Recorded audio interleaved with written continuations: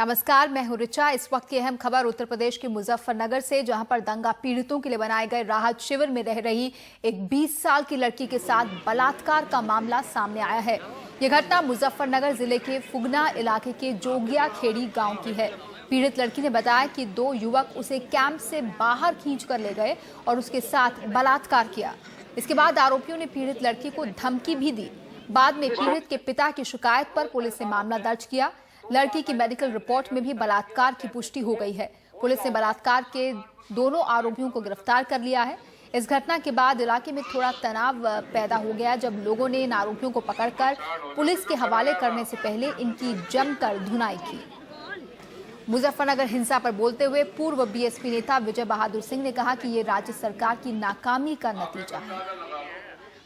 पूरे प्रदेश में law and order चरमरा गई, इसमें दो राय नहीं। और दंगे के बाद फिर दंगा होना तो ये ब्लंडर है।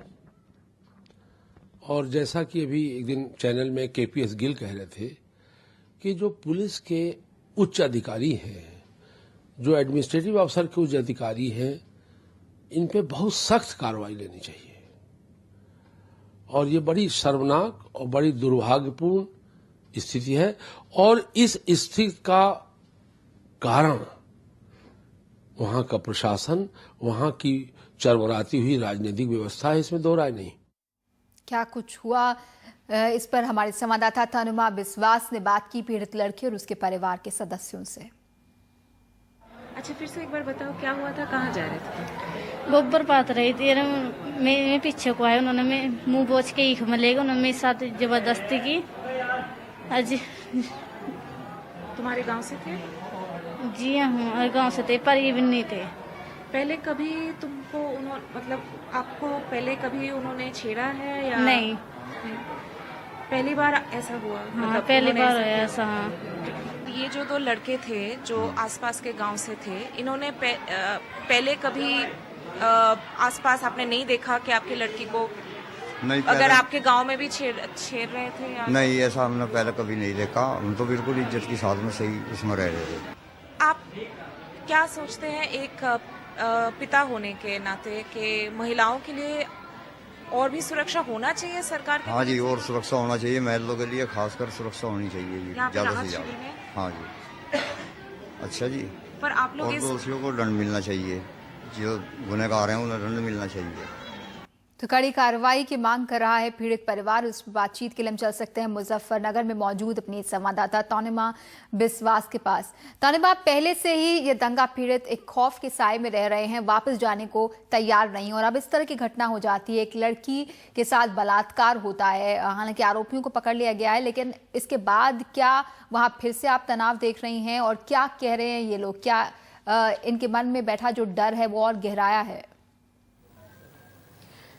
ठीक, सही है रिचा। जैसे आप कह रहे थे कि दो ऐसे हादसे हम लोगों ने देखे पिछले एक हफ्ते के अंदर। एक तो मोहम्मद रायपुर सिंह में पिछले हफ्ते हुआ था, जहां पे 3 मुसलमान मारे गए। एक जो कम्युनल क्लैश के तरह हुआ था वहां पे, तो वहां पे 8 लोगों की अरेस्टिंग हुई और 3 लोग मारे गए। और अभी एक और ऐसा हादसा आ रहा है सामने, जहां पे एक राहत शिविर के पास, यहाँ पे जोगाखेड़ी गांव में मुजफ्फरनगर में एक राहत शिविर में एक लड़की ने एक रेप का मामला दर्ज किया है। बट ये हमें पॉइंट आउट करना चाहिए ऑडियंस को कि ये राहत शिविर जहाँ पे जिस गांव में है उसके अंदर नहीं हुआ।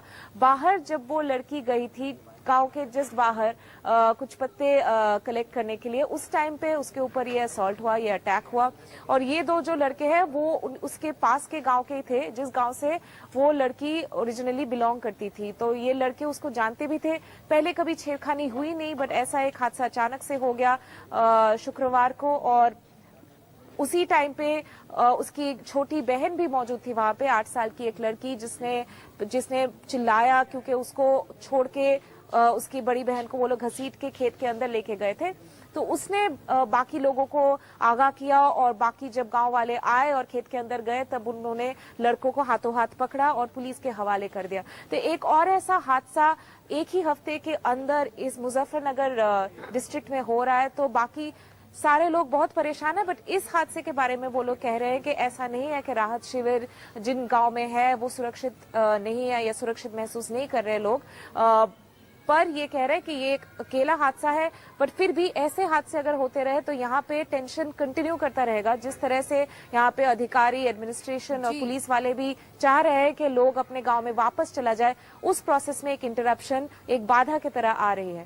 जी, बहुत बहुत शुक्रिया तानिमा वहाँ का हाल हम तक लाने के लिए। तो तानिमा बता रही हैं किस तरह से यहाँ पर जो दंगा पीड़ित हैं उनकी वापसी में इस तरह के वाकये बाधा बन सकते हैं।